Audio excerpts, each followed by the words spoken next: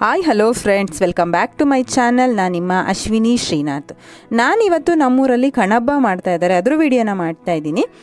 ಏನಂತಂದರೆ ಈಗೆಲ್ಲ ಮಿಷನ್ ಬಂದಿದೆ, ಒಕ್ಕೋದಕ್ಕೆ ಏನೂ ಪ್ರಾಬ್ಲಮ್ ಇಲ್ಲ. ಆದರೆ ಹಿಂದಿನ ಕಾಲದಲ್ಲಿ ಮಿಷನ್ ಏನೂ ಇರ್ತಾ ಇರಲಿಲ್ಲಲ್ಲ. ಆಗ ಭತ್ತದ ತೆನೆಯನ್ನು ರಾಶಿ ಮಾಡಿಕೊಂಡು ಹೊತ್ಕೊಂಡು ತೊಗೊಂಡು ಬಂದು ಒಂದು ಪ್ಲೇಸಲ್ಲಿ ಗೊಂಬೆ ಥರ ಹಾಕ್ತಾಯಿದ್ರು. ಅದಕ್ಕೆ ನಾವು ಕಣ್ಣ ಅಂತ ಹೇಳ್ತೀವಿ. ಆಮೇಲೆ ಅದನ್ನು ಒಕ್ಬಿಟ್ಟು ಭತ್ತದ ರಾಶಿಯನ್ನು ಮಾಡಿಬಿಟ್ಟು ಆ ಭತ್ತದ ರಾಶಿಗೆ ಪೂಜೆ ಮಾಡಿ ಅದನ್ನು ಎದುರುಗೊಳ್ತಾ ಇದ್ರು. ಅಂದರೆ ಭತ್ತವನ್ನು ಎದುರುಗೊಳ್ಳೋದು ಅಂತ ಹೇಳ್ತಿದ್ರು. ಈ ಒಂದು ಹಬ್ಬಕ್ಕೆ ಕಣಬ್ಬ ಅಂತ ಹೇಳ್ತೀವಿ. ಹಾಗೆ ಈಗೆಲ್ಲ ಮಿಷನ್ ಬಂದಿರೋದ್ರಿಂದ ಪ್ರತಿಯೊಂದು ಕೆಲಸನೂ ಗದ್ದೆನಲ್ಲೇ ಆಗಿ ಹೋಗುತ್ತೆ, ಕಣ್ಣದ ತನಕ ಯಾರೂ ತರೋದೇ ಇಲ್ಲ. ಹಾಗಾಗಿ ನಾವು ಸ್ವಲ್ಪ ಭತ್ತವನ್ನು ತೊಗೊಂಡು ಬಂದು ಕಣ್ಣದಲ್ಲಿ ರಾಶಿ ಹಾಕ್ಕೊಂಡು ಅದಕ್ಕೆ ನಾವು ಪೂಜೆ ಮಾಡ್ತೀವಿ. ಭತ್ತದ ರಾಶಿ ಎದುರುಗಡೆ ಒಂದು ಕಳಸವನ್ನು ಇಟ್ಬಿಟ್ಟು ಅದಕ್ಕೆ ನಾವು ಹಣ್ಣು ಕಾಯಿ ಮತ್ತು ಕೋಳಿಯನ್ನು ಕೊಡ್ತೀವಿ, ಅಂದರೆ ಕೋಳಿಯನ್ನು ಬಲಿ ಕೊಡ್ತೀವಿ. ಆಮೇಲೆ ಇದು ಲಕ್ಕಿ ಎಲೆ, ಇದನ್ನು ಮೂರು ಎಲೆಯನ್ನು ಜೋಡಿಸ್ಬಿಟ್ಟು ನಮ್ಮೂರಲ್ಲಿ ಮುಖ್ಯವಾಗಿರುವಂಥ ದೇವರ ಹೆಸರನ್ನು ಹೇಳಿಬಿಟ್ಟು ಅದರ ಮೇಲೆ ಎಳ್ನೀರನ್ನು ಹಾಕುವಂಥ ಪದ್ಧತಿನ ನಡೆಸ್ಕೊಂಡು ಬಂದಿದ್ದಾರೆ. ಸೊ ಇದೆಲ್ಲ ಆದಮೇಲೆ ಭತ್ತದ ರಾಶಿಗೆ ಮತ್ತು ಕಳಸಕ್ಕೆ ಪೂಜೆ ಮತ್ತು ಮಂಗಳಾರತಿಯನ್ನು ಮಾಡಾದಮೇಲೆ ಕೋಳಿಯನ್ನು ಬಲಿ ಕೊಡ್ತೀವಿ.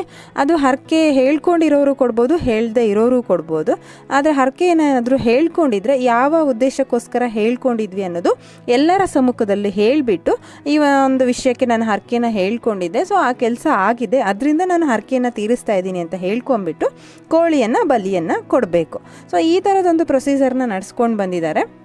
ಸೊ ಪೂಜೆ ಎಲ್ಲ ಮುಗಿಸಿ ಆದಮೇಲೆ ಕೋಳಿಯನ್ನು ಕುಯ್ತಾರೆ. ಕೋಳಿಯನ್ನು ಕುಯ್ದಾದ್ಮೇಲೆ ಇನ್ನೊಂದು ಸತಿ ಲಾಸ್ಟಿಗೆ ಮಂಗಳಾರತಿಯನ್ನು ಮಾಡಿದ್ರೆ ಕಣ್ಣದಲ್ಲಿ ಮಾಡುವಂತಹ ಪೂಜೆ ಮುಗಿಯುತ್ತೆ.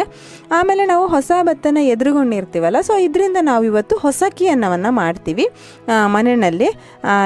ಅಕ್ಕಿ ಏನಾದರೂ ಹಳೆ ಅಕ್ಕಿ ಏನಾದರೂ ಖಾಲಿಯಾಗಿದ್ದರೆ ಇದರಿಂದನೇ ಅಕ್ಕಿ ಮಾಡಿಸ್ಕೊಂಡ್ಬಂದು ಫುಲ್ ಅಡುಗೆಯನ್ನು ಮಾಡ್ತೀವಿ.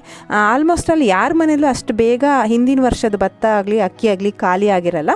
ಹಾಗಾಗಿ ನಾವೇನು ಮಾಡ್ತೀವಿ ಅಂದರೆ ಇಲ್ಲಿ ಪೂಜೆ ಮಾಡಿರುವಂಥ ಭತ್ತನ ತೊಗೊಂಡು ಹೋಗ್ಬಿಟ್ಟು ಇದರಿಂದ ನಾವು ಸ್ವಲ್ಪ ಮಿಕ್ಸಿಗೆ ಹಾಕಿ ಪುಡಿ ಮಾಡಿಕೊಂಡು ಅದರಿಂದ ನಾವು ಹೊಸಕ್ಕಿ ಅನ್ನವನ್ನು ಮಾಡ್ತೀವಿ.